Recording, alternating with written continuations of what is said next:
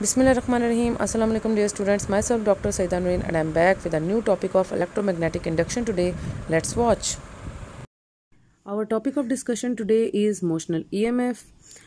Motional EMF जैसे कि मैंने आपको कल हमने सारे वो सोर्सेज पढ़े थे और मैंने आपको कल बताया था कि किस तरीके से आप इंड्यूस्ड ईएमएफ और इंड्यूस्ड करंट जो है वो जनरेट करा सकते हैं किसी भी सर्किट के अंदर जब आप अपने करंट कैरिंग लूप को या फिर मैग्नेटिक फील्ड को या बार मैग्नेट को मूव कराते हैं टूवर्ड्स और अवे फ्रॉम द कॉइल या कॉइल को मूव कराते हैं टूवर्ड्स और away from the bar magnet या दिस इलेक्ट्रोमैग्नेट जो है किस तरीके से इसमें करंट की वेरिएशन करा के आप किस तरह से ईएमएफ और करंट को इंड्यूस करा सकते हैं किसी भी सर्किट के अंदर। दो कॉइल्स को इकट्ठा रख के किस तरह से म्यूचुअल इंडक्शन भी कराई जा सकती है, किसी इलेक्ट्रोमैग्नेट में जो है वो सेल्फ इंडक्टेंस भी कराई जाती है। इसको इंशाल्लाह आगे हम इन डिटेल पढ़ेंगे। मोशनल ईएमएफ भी उसी से रिलेटेड है। मोशनल जो है वो रिलेटेड है with the motion of a conductor, यानी अगर आप किसी करंट कैरिंग कंडक्टर को मूव कराते हैं तो due to the motion of a current carrying conductor जो आपने सारे तरीके कल पढ़े थे कि आप टूवर्ड्स मूव करा सकते हैं कंडक्टर को, अवे मूव करा सकते हैं with in the magnetic field, यानी मैग्नेटिक फील्ड की तरफ भी मूव करा सकते हैं, मैग्नेटिक फील्ड से अवे भी मूव करा सकते हैं। तो मोशन ऑफ द कंडक्टर की वजह से किस तरह से ईएमएफ इंड्यूस होती है, ये मोशनल ईएमएफ है। इसको आज हम इन डिटेल स्टडी करेंगे। So in the previous section, we have studied that when a conductor is moved across the magnetic field and EMF is induced between its ends. आपने देखा था कि किस तरह से EMF इंड्यूस होती थी उसके एंड्स के दरमियान में जब भी आप किसी करंट कैरिंग कंडक्टर को मूव कराते थे मैग्नेटिक फील्ड में। उससे होता क्या था कि जब आप उसको मूव कराते थे तो मैग्नेटिक फ्लक्स में चेंज आता था और मैग्नेटिक फ्लक्स जब चेंज होती थी तो EMF या करंट जो है वो इंड्यूस होती थी। The EMF of the moving conductor is similar to that of a battery. That is, if the ends of the conductor are joined by the wire to make a closed circuit, a current flows through it. तो जब आप उसको जो भी EMF moving conductor के अंदर वो उसी तरीके से होती थी जैसे किसी बैटरी में EMF की होती है, लेकिन फर्क ये होता था कि जिस डायरेक्शन में आप उसको मूव कराते थे जो करंट और EMF इंड्यूस होती थी वो उसके ऑपोजिट डायरेक्शन में क्लोज सर्किट में इंड्यूस होती थी। तो वो जो इंड्यूस्ड करंट और इंड्यूस्ड EMF वो स्मॉल अमाउंट में होती थी लेकिन होती उसी तरीके से थी जिस तरह से कोई आम EMF जो किसी बैटरी या सेल की होती है और उसकी वजह से जैसे करंट प्रोड्यूस होती है EMF की वजह से, उसी तरीके से इस इंड्यूस्ड EMF जहां भी चेंज इन मैग्नेटिक फ्लक्स आता था, ये जो EMF इंड्यूस होती थी between the two ends of the conductor, उसकी वजह से करंट इंड्यूस्ड करंट भी जनरेट हो जाती थी। ये सारी बातें आपने कल पढ़ी थी। अब आप इसकी डेफिनेशन जहां से स्टार्ट करेंगे, the EMF induced by the motion of a conductor across a magnetic field is called motional EMF। वो EMF जो इंड्यूस होती है मोशन ऑफ द कंडक्टर की वजह से अक्रॉस द मैग्नेटिक फील्ड के अक्रॉस, उसको हम कहते हैं मोशनल EMF। क्योंकि जब वो cross the magnetic field move करता है कोई भी कंडक्टर तो वो उसकी मैग्नेटिक फ्लक्स को चेंज कर जाता है, और जब मैग्नेटिक फ्लक्स चेंज होगी तो due to the change in magnetic flux सबसे पहले EMF इंड्यूस होती है within the circuit between the two ends of a conductor, और due to the induced EMF जब दो एंड्स के दरमियान में इंड्यूस्ड EMF जनरेट होती है तो उसकी वजह से इंड्यूस्ड करंट भी जो है वो जनरेट हो जाती है उस सर्किट में in the opposite direction to the motion of the conductor. ठीक है, आप जिस डायरेक्शन में भी कंडक्टर को मूव करेंगे उसके ऑपोजिट डायरेक्शन में इंड्यूस्ड करंट और EMF जो है वो जनरेट हो जाती है। अब ये तो इसकी डेफिनेशन है। आगे से अब आपने उसकी एक्सप्लेनेशन एंड डेरिवेशन स्टार्ट करनी है यहाँ से कि consider a conductor rod of length L placed on two parallel metal rails separated by a distance L. A galvanometer is connected across the ends C and D of the rails. This forms a complete conducting loop ABCDA. ये इस figure में उन्होंने आपको दिखाया हुआ है, ये आप देख सकते हैं इस फिगर में कि ये आपका मैग्नेटिक फील्ड जो आपको नजर आ रही है, क्रॉस का मतलब है इनटू द पेज है या इनटू द पेपर है, और ये आपका ये वो टू आयरन रेल्स हैं, मेटल की रेल्स हैं। आप आयरन रेल्स भी ले सकते हैं, कॉपर रेल्स भी ले सकते हैं। तो ये दो मेटालिक रेल्स हैं। उन मेटालिक रेल्स के ऊपर या पटड़ियां जिनको आप कहते हैं उनके ऊपर किस तरीके से ये एक आयरन रॉड है या मेटालिक रॉड है, कोई भी कंडक्टर है, वो इस तरह से मूव कर रहा है। आप इसको मूव कर रहे हैं towards right with velocity v velocity के साथ आप राइट साइड पर इसको मूव करा रहे हैं, और मूव कराने के लिए पहले आपकी ये इनिशियल पोजीशन थी, आपने थोड़ा सा इसको मूव करा के उसकी फाइनल पोजीशन तक ले गए।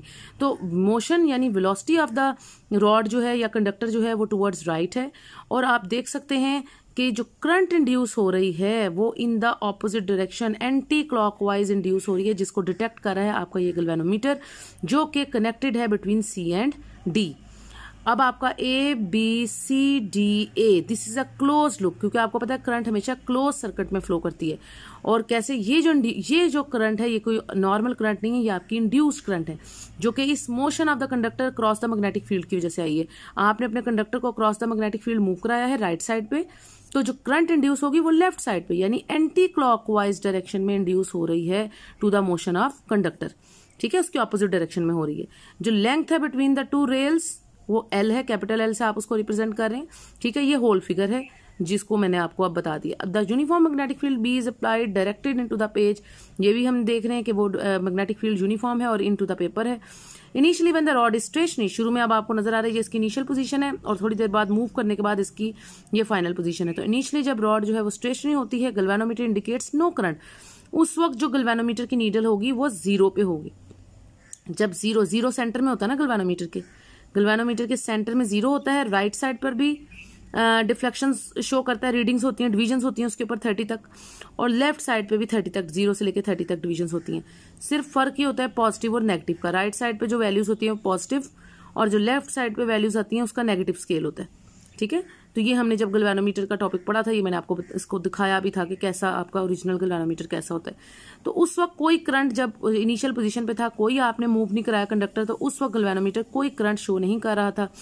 And if the rod is pull to the right, और जब आप उसको राइट साइड पे मूव करते हैं विद कांस्टेंट वेलोसिटी v के साथ, the galvanometer indicates a current flowing through the loop, तो तब गैल्वेनोमीटर जो है वो करंट फ्लो को शो करता है। और कैसे शो करता है, अब उसकी नीडल जो है आपको नजर आ रही है, चूंकि एंटी क्लॉकवाइज करंट फ्लो कर रही है, तो नीडल जो है वो लेफ्ट साइड पे इंडिकेट कर रही है, यानी आपको डिटेक्ट करके बता रही है कि इसमें से करंट फ्लो कर रही है। चाहे नेगेटिव स्केल पे ही डिटेक्ट करे, लेकिन उसकी वो नेगेटिव स्केल उसका इसलिए आ रहा है क्योंकि एंटी क्लॉकवाइज करंट है। ठीक है, अगर क्लॉकवाइज करंट फ्लो कर रही होती तो वो पॉजिटिव स्केल पर वैल्यू देता आपको। ठीक है, तो ये जस्ट लेफ्ट और राइट का बस ये फर्क होता है कि वो पॉजिटिव और नेगेटिव करंट को शो करता है। अदरवाइज करंट तो स्केलर क्वांटिटी है ना, उसकी नेगेटिव या पॉजिटिव वैल्यू नहीं होती, हम उसका मैग्नीट्यूड कंसीडर करते हैं सिर्फ। ठीक है, तो गैल्वेनोमीटर इंडिकेट करके दे रहा है कि करंट फ्लो कर रही है लूप से। Obviously the current is induced due to the motion of the conducting rod across the magnetic field. The moving rod is acting as a source of EMF. E is equal to VB minus VA। VB minus VA जो है वो potential difference को show कर रहा है, delta V। अब ये 2 points आपको नजर आ रहे हैं, इस रॉड के 2 एंड्स है ना, A और B। ये कंडक्टिंग रॉड है जो आपकी, इसके 2 एंड्स हैं A और B। अब final potential minus initial potential, ठीक है, तो VB माइनस VA, इन दोनों एंड्स के दरमियान में जो डिफरेंस ऑफ पोटेंशियल है वो आपकी इंड्यूस्ड ईएमएफ को शो कर रहा है। ठीक है, तो जो मूविंग रॉड है आपका, ऑब्वियसली वो करंट जो इंड्यूस हो रही है, ये कोई आम करंट नहीं है, ये कौन सी करंट है, इंड्यूस्ड करंट है, जो इंड्यूस हो रही है due to the motion of the conductor towards right. ठीक है, क्रॉस द मैग्नेटिक फील्ड, और जिसकी वजह से मैग्नेटिक फ्लक्स में चेंज आ रहा है, और उसकी वजह से ये जो करंट है वो इंड्यूस हो रही है। और ये जो करंट इंड्यूस हो रही है, ये किसकी वजह से इंड्यूस हो रही है, इस ईएमएफ की वजह से, इंड्यूस्ड ईएमएफ की वजह से। ये इंड्यूस्ड ईएमएफ कहाँ प्रोड्यूस हो रहा है, कहाँ जनरेट हो रहा है, between these 2 ends of a conductor. ये जो 2 एंड्स हैं B और A, इनके क्रॉस, यानी इन दोनों एंड्स के दरमियान में जो पोटेंशियल डिफरेंस है between these 2 ends, VB minus VA, जो कि डेल्टा V है, वो आपका इंड्यूस्ड ईएमएफ है।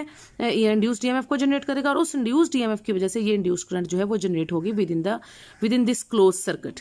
ठीक है, इस क्लोज सर्किट के अंदर when the rod moves, a charge Q within the rod also moves with the same velocity V in the magnetic field B and experiences the force given by F is equal to Q into V cross B। ये वो magnetic force का formula है जो आपने previous chapter में पढ़ा था, कि जब मैग्नेटिक फोर्स किसी भी चार्ज पे, अब हम एक चार्ज ले रहे हैं ना इस कंडक्टर के अंदर, पॉजिटिव चार्ज ले रहे हैं। ठीक है, आपकी मर्जी, आप पॉजिटिव चार्ज भी ले सकते हैं, नेगेटिव चार्ज भी ले सकते हैं। चूंकि हम कन्वेंशनल करंट को ज्यादातर जो है वो फोकस करते हैं उसके ऊपर, तो दैट्स वाई हम कन्वेंशनल करंट के लिए पॉजिटिव चार्जेस को कंसीडर कर रहे हैं। तो ये एक हमने पॉजिटिव चार्ज लिया, और हम ये कह रहे हैं कि जब रॉड मूव करती है तो चार्ज Q जो है विद इन द रॉड वो भी मूव करता है सेम वेलोसिटी के साथ towards right in the magnetic field, यानी इस मैग्नेटिक फील्ड में, एंड उस पर भी फोर्स लगती है, मैग्नेटिक फोर्स, इस चार्ज Q पर भी मैग्नेटिक फोर्स एक्ट कर रही है, जिसका फॉर्मूला ये आपने लास्ट चैप्टर में भी पढ़ा था कि F is equal to Q into V cross B। ठीक है, द मैग्नीट्यूड, अगर आप इसका मैग्नीट्यूड कंसीडर करें, आप इसको ओपन करें क्रॉस प्रोडक्ट को, तो आपके पास आ जाता है F is equal to Q VB sine theta. If your theta is maximum, आपको पता है साइन का मैक्सिमम एंगल क्या होता है, 90। If theta is 90 degree between V and B, क्योंकि क्रॉस जो है वो किन दो के दरमियान में है, वेलोसिटी और मैग्नेटिक फील्ड के दरमियान में, तो अगर क्रॉस प्रोडक्ट जो V और B के दरमियान में, अगर इनके दरमियान में जो थीटा है वो 90 डिग्री का हो, तो उस वक्त आप इसको साइन 91 हो जाएगा, और F is equal to Q VB वो आपको मैक्सिमम वैल्यू देगा। ठीक है, अब आप इस पे राइट हैंड रूल अप्लाई कर सकते हैं। We see that the magnetic force जो है is directed from A to B in the rod. हमें नजर आ रहा है, आपने राइट हैंड रूल पढ़ा था कि अगर आपकी वेलोसिटी जो है वो इस तरह से हो, एक एक्सिस में यानी एक्स एक्सिस में अगर वेलोसिटी है और मैग्नेटिक फील्ड समझ लें आपकी जी एक्सिस में है, तो उस वक्त जो मैग्नेटिक फोर्स होगी वो किस डायरेक्शन में होगी, वाई एक्सिस में ना। यानी ये तीनों आपस में परपेंडिकुलर है। ये आपके राइट हैंड रूल के मुताबिक था कि अगर आप इसको वेलोसिटी जो है वो एक्स में अगर फॉर एग्जांपल आप ले रहे हैं और मैग्नेटिक फील्ड को अगर आप जी एक्सिस में फॉर एग्जांपल ले रहे हैं, तो उस वक्त जो आपकी मैग्नेटिक फोर्स की डायरेक्शन होगी वो इस तरह से होगी, ठीक है, वाई की डायरेक्शन में। तो ये राइट हैंड रूल हमें कह रहा था। As a result the charge migrates, और जब ये वाई की डायरेक्शन में मैग्नेटिक फोर्स होगी तो ये अगर इसका मतलब है कि मैग्नेटिक फोर्स जो इस चार्ज पे लग रही है वो इसको ऊपर की तरफ खींच रही है, टुवर्ड्स बी, ठीक है। तो जिसके नतीजे में चूंकि मैग्नेटिक फोर्स उसे बी की तरफ लेके जा रही है, तो as a result the charge migrates to the top end of the conductor, जिसकी वजह से चार्ज क्यू जो है जिसपे मैग्नेटिक फोर्स बी की तरफ लग रही है वो मूव करना शुरू हो जाएगा, माइग्रेट करना शुरू हो जाएगा टुवर्ड्स बी, ठीक है, क्योंकि उस पर मैग्नेटिक फोर्स जो है वो बी की तरफ लग रही है। As more and more of the charges migrate, और इस तरह से अगर बहुत सारे चार्जेस जो इस कंडक्टर के अंदर मौजूद हैं, हम तो एक चार्ज को देख रहे हैं ना, तो बहुत सारे जो चार्जेस इसके अंदर मौजूद है वो भी सारे Aahista Aahista towards be migrate होना शुरू हो जाएंगे, चलना शुरू कर देंगे। The concentration of the charges produce at the top end B and deficiency of the charges at the bottom A. तो क्या होगा कि ये जो ए एंड है इसका, इधर चार्जेस की कमी होना शुरू हो जाएगी, इधर डेफिशिएंसी होना शुरू हो जाएगी इस एंड पे, जबकि बी एंड जिसकी तरफ वो चार्ज माइग्रेट कर रहे हैं towards B due to the magnetic force जो उस पे एक्ट कर रही है उसकी वजह से, तो फिर यहां पर चार्जेस की एक्सेस होना शुरू हो जाएगी और ए पॉइंट पर चार्जेस की डेफिशिएंसी होनी शुरू हो जाएगी, ठीक है। बी पॉइंट पर चार्जेस ज्यादा कलेक्ट होंगे और ए पॉइंट पर चार्जेस कम होना शुरू हो जाएंगे। This redistribution of the charge sets up an electrostatic field E directed from B to A, और इसकी वजह से एक इलेक्ट्रोस्टैटिक फील्ड यानी इलेक्ट्रिक फील्ड जनरेट हो जाएगी इस रीडिस्ट्रीब्यूशन ऑफ द चार्जेस की वजह से, और वो कहां से कहां होगी, बी से ए की तरफ, ठीक है, क्योंकि जिस तरफ चार्जेस ज्यादा होंगे उसी तरफ होगी ना इलेक्ट्रिक फील्ड, तो इलेक्ट्रिक फील्ड की डायरेक्शन भी बी से ए की तरफ होगी, ठीक है, क्योंकि ज्यादा से ज्यादा चार्ज बी की तरफ कलेक्ट हो रहे हैं तो इलेक्ट्रिक फील्ड की डायरेक्शन भी बी से ए की तरफ होगी। The electrostatic force on the charge, तो फिर आपने ये जो अपने बिल्कुल इलेक्ट्रोस्टैटिक्स के चैप्टर में फर्स्ट चैप्टर में पढ़ा था कि इलेक्ट्रोस्टैटिक फोर्स जहां पे इलेक्ट्रिक फील्ड आ जाती है तो वहां इलेक्ट्रोस्टैटिक फोर्स भी होती है, F = QE directed from B to A, और उसकी भी वही डायरेक्शन होती है जो आपकी इलेक्ट्रिक फील्ड की डायरेक्शन होगी। तो इलेक्ट्रिक फील्ड चूंकि बी से ए की तरफ है क्योंकि बी पे ज्यादा चार्जेस है, तो इसीलिए जो आपकी इलेक्ट्रिक फोर्स है उसकी डायरेक्शन भी फ्रॉम बी टू ए होगी। The system quickly reaches an equilibrium state in which these two forces on the charge are balanced, और अगर ये दोनों फोर्सेज जब बैलेंस हो जाएंगी यानी आपकी electric force should be equal to the magnetic force, तो इक्विलिब्रियम स्टेट आ जाएगी। उस स्टेट को हम क्या कहेंगे, इक्विलिब्रियम स्टेट। इक्विलिब्रियम स्टेट वो स्टेट होगी जिस पर ये दोनों फोर्सेज आपस में बैलेंस हो जाएंगी, यानी electric force should be equal to the magnetic force. अगर ये दोनों फोर्सेज इलेक्ट्रिक फोर्स और मैग्नेटिक फोर्स आपकी इक्वल हो जाती हैं, बैलेंस कर लेती हैं एक दूसरे को, तो इनकी वैल्यूज अगर हम पुट करें तो इलेक्ट्रिक फोर्स जो है वो Q × E0, इन्होंने इसलिए कहा है क्योंकि ये इलेक्ट्रोस्टैटिक फोर्स है तो इसको जस्ट E0 से इन्होंने शो किया है, ठीक है। That's equal to Q × V cross B को जब हमने खोला था तो QV भी मैग्नीट्यूड्स ले रहे हैं ना हम सिर्फ, ठीक है। तो अब आप Q से कैंसिल हो जाएगा दोनों एंड्स पे, तो बाकी आपके पास आ जाएगा E0 = VB। ये E0 इलेक्ट्रोस्टैटिक्स से जो आपको इलेक्ट्रिक फील्ड मिली है E = VB, ये उसको शो कर है, ठीक है। सो E is the electric field, static electric field, V is the velocity जिससे आप इस कंडक्टर को मूव करा रहे हैं towards right, and B is the constant और यूनिफॉर्म मैग्नेटिक फील्ड जो है जो इनटू द पेपर है वो है आपकी, ठीक है। The motional EMF E will be equal to the potential difference. आपने अभी शुरू में पढ़ा कि मोशनल EMF E जो है वो किसके इक्वल होती है, पोटेंशियल डिफरेंस के between B and A। So delta V = VB - VA between the two ends of the moving conductor in the equilibrium state. The gradient of potential, आपने potential gradient का formula ये भी पढ़ा था अपने इलेक्ट्रोस्टैटिक्स के chapter में कि E = -delta V over R, where delta V is the potential difference, उसको शो करता है माइनस साइन, आपको पता है ना, gradient decrease in the potential with respect to the distance आता है, इसको हम कहते हैं पोटेंशियल ग्रेडियंट, ठीक है। तो इलेक्ट्रिक फील्ड आपके इक्वल था, नेगेटिव साइन उसकी डायरेक्शन की वजह से था जो कि उसकी ऑपोजिट डायरेक्शन होती है, ठीक है। तो E = -delta V over R, यानी E जो है आपकी इलेक्ट्रिक फील्ड वो इक्वल होती है पोटेंशियल ग्रेडियंट के, decrease in potential with respect to the distance. Here R, ये जो आपका R उस चैप्टर में था, यहाँ पे ये R जो है आपके कैपिटल L, यानी वो जो distance between the to rails है उसको शो कर रहा है, ठीक है, कैपिटल L को। तो यहाँ आप उस R को जो है वो L कंसीडर कर लेंगे। तो यहाँ से आपके पास अगर आप इस वैल्यू को और E को अब आप E0 ले रहे हैं ना, इलेक्ट्रोस्टैटिक की जो स्टैटिक इलेक्ट्रिक फील्ड है आपकी, तो E0 = और डेल्टा वी ओवर आर की जगह अब आप क्या ले रहे हैं, L. So this is the formula जो आपका बन रहा है फ्रॉम पोटेंशियल ग्रेडियंट कि E not is equal to minus delta V over L. अब एक ई नॉट का ये फॉर्मूला आपने निकाला है जब आपने इन दोनों फोर्सेस को बैलेंस कर लिया इक्विलिब्रियम स्टेट में कि electric force should be equal to the magnetic force. तो एक ई नॉट तो ये आ गई ना जो आपकी स्टैटिक इलेक्ट्रिक फील्ड है कि E not is equal to V B. अब दूसरी ई नॉट कहां से आई है, from the formula of potential gradient. Potential gradient के फॉर्मूले से आपने दूसरी ई नॉट निकाली है। अब आप इन दोनों को, ये जो दोनों ई नॉट की वैल्यू है, जब हमारे पास दो वैल्यूज आ जाती हैं एक ही टर्म की, यानी ये भी आपकी स्टैटिक इलेक्ट्रिक फील्ड की वैल्यू है, ये भी आपकी स्टैटिक इलेक्ट्रिक फील्ड की वैल्यू है, तो क्या करते हैं हम दोनों को कंपेयर करा सकते हैं। Compare equations 15.1 and 15.2। जब आप इन दोनों को कंपेयर कराएंगे तो आपको पता है कि अगर उनकी लेफ्ट हैंड साइड सेम हो तो इसका मतलब होता है कि राइट हैंड साइड भी सेम होती है। तो लेफ्ट हैंड साइड अगर इक्वल है तो इसका मतलब है V B should be equal to minus delta V over L. और जब हम ये करेंगे तो इसको हम जब minus delta V over L इस तरह से करेंगे, जब हम दोनों को कंपेयर करेंगे कि minus delta V over L जो है वो आपके किसके इक्वल है, वी बी के। ये जो वी है ये याद रखें ये वेलोसिटी का वी है ना, ठीक है, इसको स्मॉल आप लिखेंगे। So this is V for velocity, this is magnetic field and this delta V over L जो है ये पोटेंशियल ग्रेडियंट को शो कर रहा है। यहां से आप डेल्टा वी की वैल्यू निकाल सकते हैं कि delta V is equal to ये एल को उस साइड पे ले जाएं और नेगेटिव साइन भी उधर शिफ्ट कर दें towards right. So delta V is equal to minus ये एल उधर चला गया, एल वी बी। सो ये कंपैरिजन के बाद, इन दोनों इक्वेशन के कंपैरिजन के बाद 15.1 और 15.2 के बाद आपके पास डेल्टा वी यानी पोटेंशियल डिफरेंस की वैल्यू आ जाती है कि delta V is equal to minus L V P. आप इस तरह भी कर सकते हैं कि इन्होंने क्या किया कि डेल्टा वी जो है यहां से निकाला कि delta V is equal to minus L E naught और बाद में ई नॉट की वैल्यू यहां से पुट कर ली, ठीक है। उस तरह भी आप कर सकते हैं जैसे कि इन्होंने किया कि बाद में आप ई नॉट की वैल्यू उधर पुट करके ये टर्म निकाल सकते हैं, या फिर जैसे कि मैंने आपको बताया कि आप सिंपली दोनों ई नॉट की वैल्यूज को आपस में कंपेयर करा सकते हैं ना, और कंपेयर कराने के बाद भी आपके पास ये वैल्यू आ जाती है, ठीक है। तो आप चाहे इस तरह से कर लें और चाहे इस तरह से कर लें, दोनों ठीक तरीके सही मेथड्स हैं आपके। अब ये जो आपके पास आ गई है वैल्यू, इसके बाद मोशनल ईएमएफ आपके पास कैसे आएगी कि ये जो डेल्टा वी अब आपके पास आया, this is the motional EMF. ये बेसिकली आपकी मोशनल ईएमएफ है जो कि आई है due to the motion of the conductor within the magnetic field. Magnetic field के अक्रॉस जब आपने कंडक्टर को मूव कराया है, ये जो डेल्टा वी है potential difference, this is basically your motional EMF and that is equal to minus L V B, where L is the जो है distance between the to conducting rails के दरमियान में जो फासला था वो एल था, वी इज द वेलोसिटी जिससे आप कंडक्टर को मूव करा रहे हैं, and B is the uniform और a constant magnetic field into the paper था, ठीक है। तो ये वो अब आपके पास फॉर्मूला आ गया है इस मोशनल ईएमएफ का। This is the magnitude of the motional EMF. यहाँ ये जो एल वी बी है ये तो मैग्नीट्यूड है मोशनल ईएमएफ का। नेगेटिव साइन क्या है, नेगेटिव साइन ये शो कर रहा है कि जो मोशनल ईएमएफ है आपकी वो बेसिकली इंड्यूस्ड ईएमएफ है जो कि इंड्यूस हो रही है in the opposite direction to the motion of the conductor. आप कंडक्टर को राइट साइड पे अगर मूव करा रहे हैं तो नेगेटिव साइन ये कह रहा है कि अब आपकी जो इंड्यूस्ड ईएमएफ है वो लेफ्ट साइड पे इंड्यूस हो रही है, ये मतलब है नेगेटिव का, ठीक है।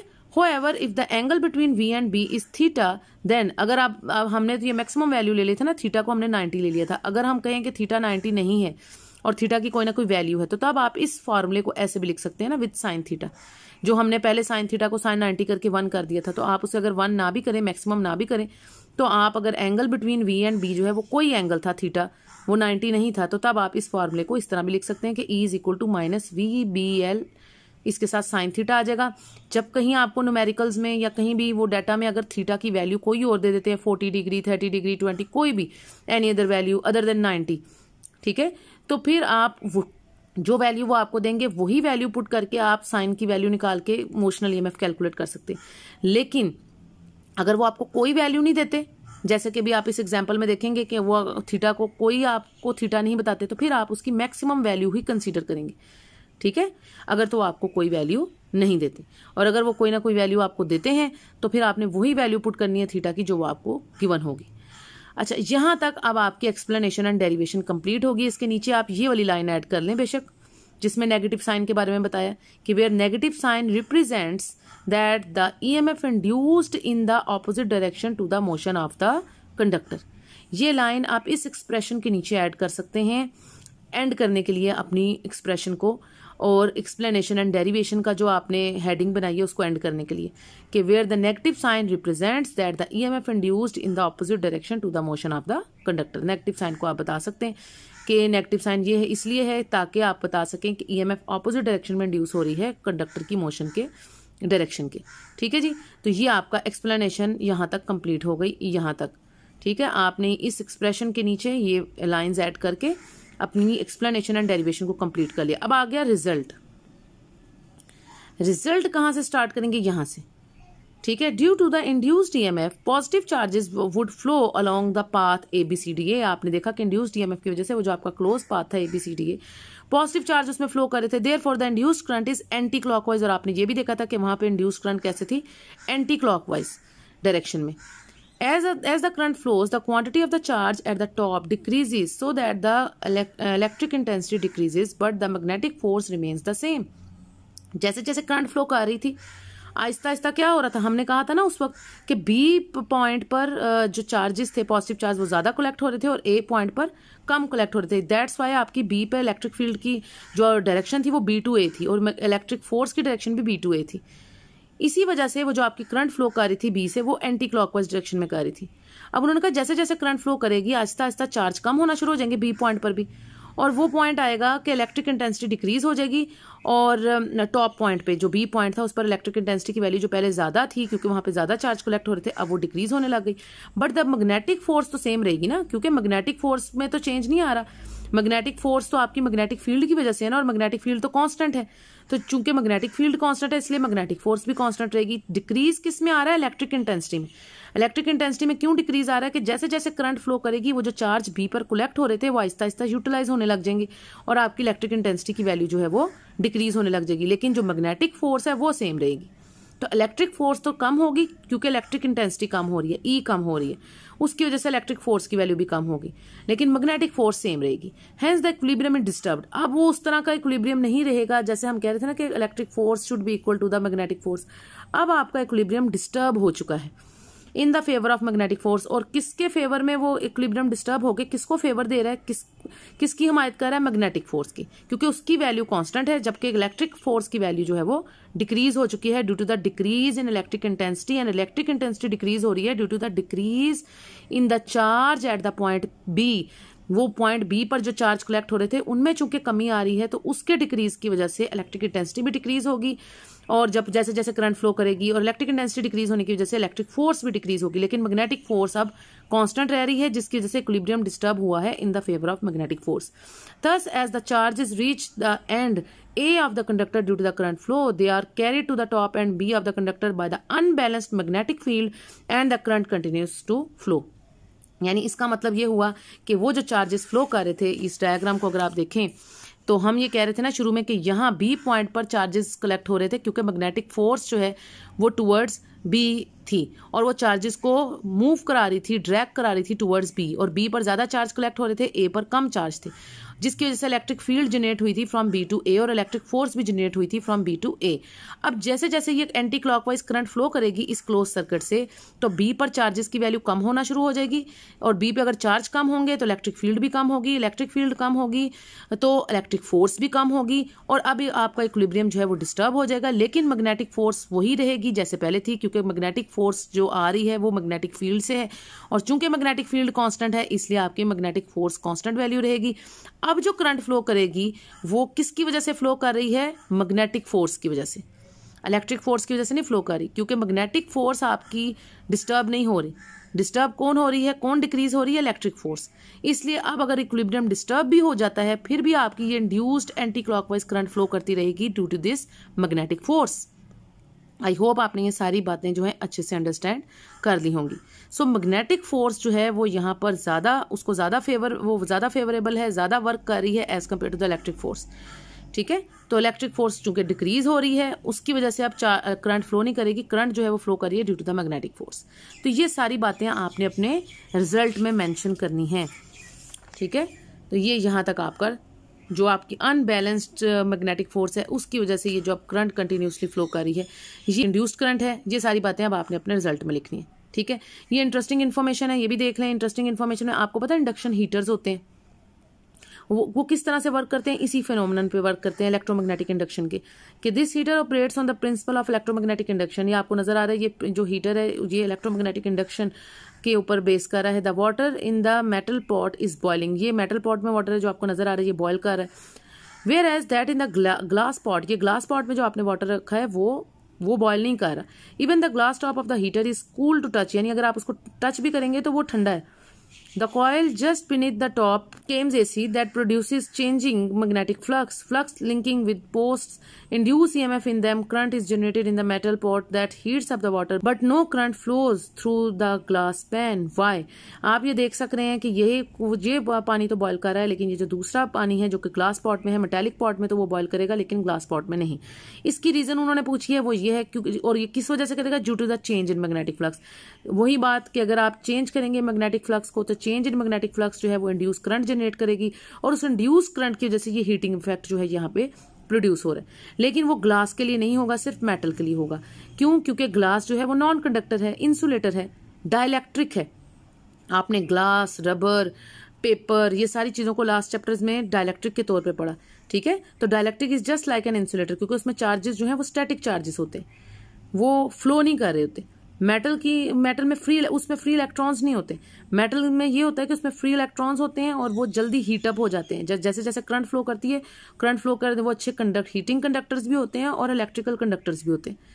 दैट्स वाई ग्लास चूंकि आपका एक डाइलेक्ट्रिक है, एक इंसुलेटर है, दैट्स वाई वो उस करंट उसमें से फ्लो नहीं करेगी, और जब करंट फ्लो नहीं करेगी तो उसमें हीटिंग इफेक्ट भी जनरेट नहीं होगा इन द ग्लास पैन, जबकि मेटेलिक कंडक्टर में या मेटेलिक पैन में जो है वो आसानी से उसमें से करंट भी फ्लो करेगी और हीट भी फ्लो करती है। ये एग्जांपल आपकी 15.1 है, मेटल रॉड जिसकी लेंथ उन्होंने आपको दिया, डाटा बनाएंगे। लेंथ ऑफ द कंडक्टर, आप इसको सेंटीमीटर में है तो इसको मीटर में कन्वर्ट करें, इसको 100 से डिवाइड करके। Is moving at the speed भी दी हुई है 0.5 मीटर पर सेकंड। डायरेक्शन परपेंडिकुलर, अब इन्होंने खुद ही बता दिया परपेंडिकुलर डायरेक्शन में है, तो आपको ऑलरेडी पता होना चाहिए कि थीटा 90 है और साइन 91 हो जाएगा। और मैग्नेटिक फील्ड 0.25 टेस्ला, आप टेस्ला SI यूनिट होती है, आप उसको Newton per ampere per metre, क्योंकि आपको पता है कि 1 टेस्ला जो है वो इक्वल होता है ना 1 Newton per ampere per metre, तो इस तरह से भी लिख सकते हैं, नहीं तो आप खाली टेस्ला भी लिख सकते हैं। Find the EMF produced in the rod, आपने इंड्यूस्ड EMF की वैल्यू निकालनी है, तो उसका फार्मूला ये है, E is equal to VBL, sine 91 हो गया, ये आपने रिलेशन अभी ऊपर पढ़ी है, E is equal to VBL। Negative sign को आप कैलकुलेशन में इग्नोर कर देंगे क्योंकि वो just direction of the induced EMF को शो करती है। तो आप ये सारी वैल्यूज अब आप इधर पुट करें, यहाँ से आपको मिल जाएगी इसकी EMF, इंड्यूस्ड EMF की वैल्यू। कैलकुलेटर से आप इसको कैलकुलेट करेंगे जूल पर कूलम में, या जिसको आप वोल्ट कहते हैं, क्योंकि आपको पता है EMF चाहे इंड्यूस्ड हो चाहे नॉर्मल EMF हो, उसकी यूनिट वोल्ट होती है। तो ये आपकी example number 15.1। I hope student that's enough for today, और आपने सारे पॉइंट्स जो हैं वो अच्छे से क्लियर कर लिए होंगे। फिर भी अगर आपको कोई मसला हो, कोई परेशानी हो, यू कैन कमेंट में इन द कमेंट सेक्शन। और अंटिल द नेक्स्ट लेक्चर अपना बहुत सा ख्याल रखें, दुआ में याद रखें।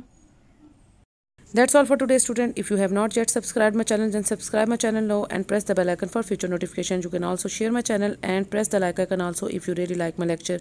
Until the next lecture, take care. Allah Hafiz.